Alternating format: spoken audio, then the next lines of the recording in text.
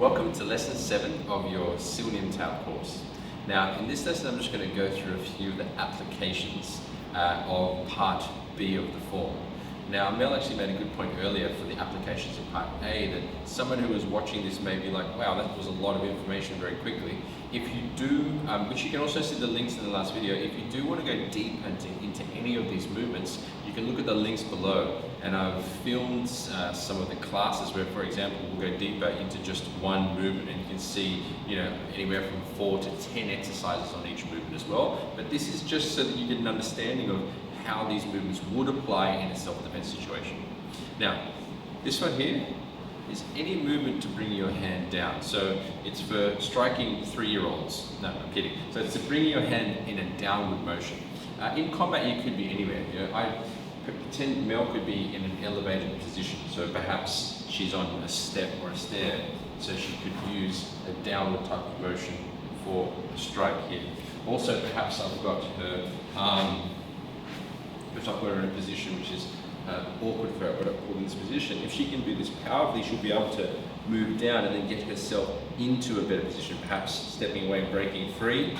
Yeah. So it's trying to teach you not only how you use this as a strike, because remember we go down and then all the different ways, yeah, but also just to move powerfully so that you can escape. Because if someone's really strong and you can't get the, and for example, if I've got Mel in an awkward position like this up here, and she's holding, and I'm holding really strong, and she tries to struggle it down, it's going to be difficult to do. But if she can use the state or she can center herself, keep the body relaxed, use the joint rotation correctly, turning this, then she's going to be able to achieve more power. So you're learning to put power and structure into these shapes.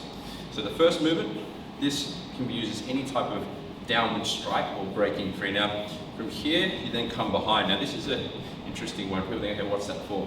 Firstly, once again, you're training yourself to be powerful in any movement. But it could be someone has your arms behind here.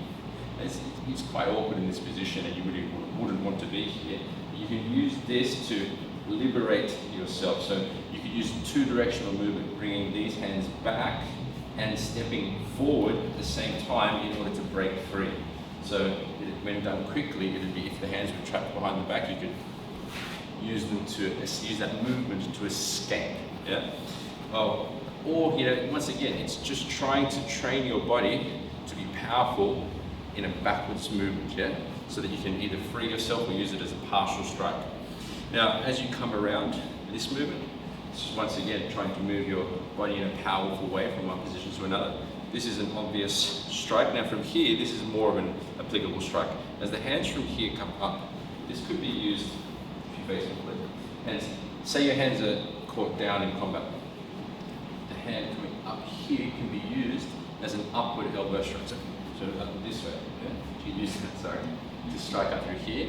But it also can be used as a front elbow strike. So here, there, or up here. The other part of the position it could be used for is from here as it comes up. So the whole thing is an actual weapon. Yeah? This can be used as a blocking movement. It can be used as an upward elbow strike. It can be used as a front elbow strike, but it can also be used as a punch as well. See from the angle. So yeah, as a strike as well. Now from here, this is an obvious one. It's a side slash movement. So the side slash, as the side slash movement can be used as, once again, as a strike, throat, head, or as a block, as a blocking movement, but it can also be used as a latching movement. So as she makes contact, as Mel makes contact, she can use it to latch me out of the way and also strike with the other arm. So like this.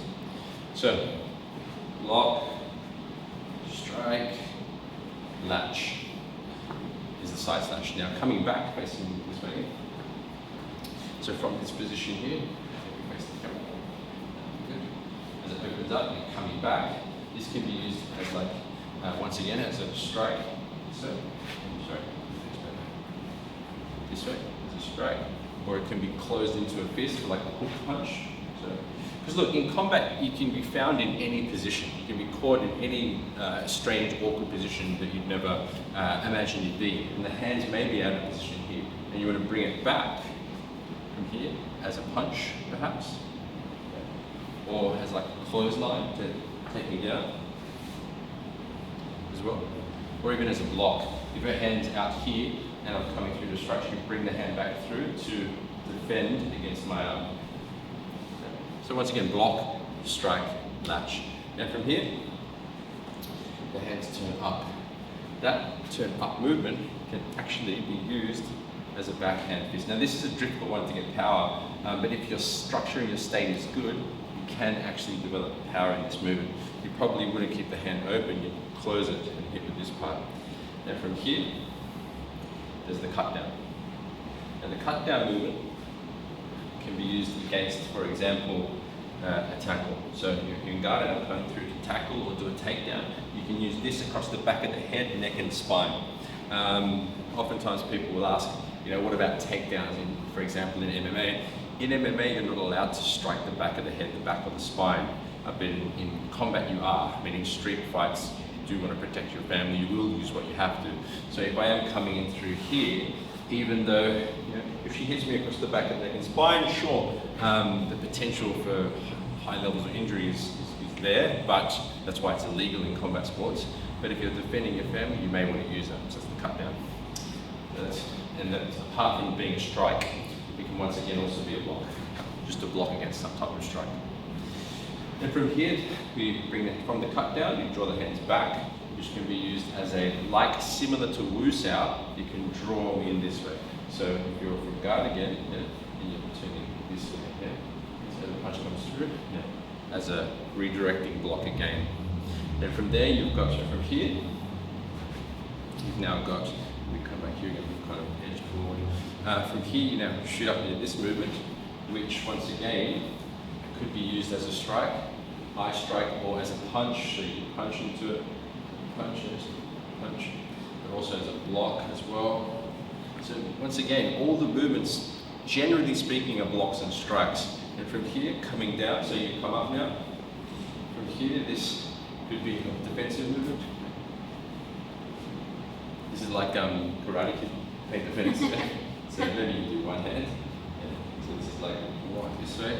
But it also could be a strike or a shorter, there's a strike here.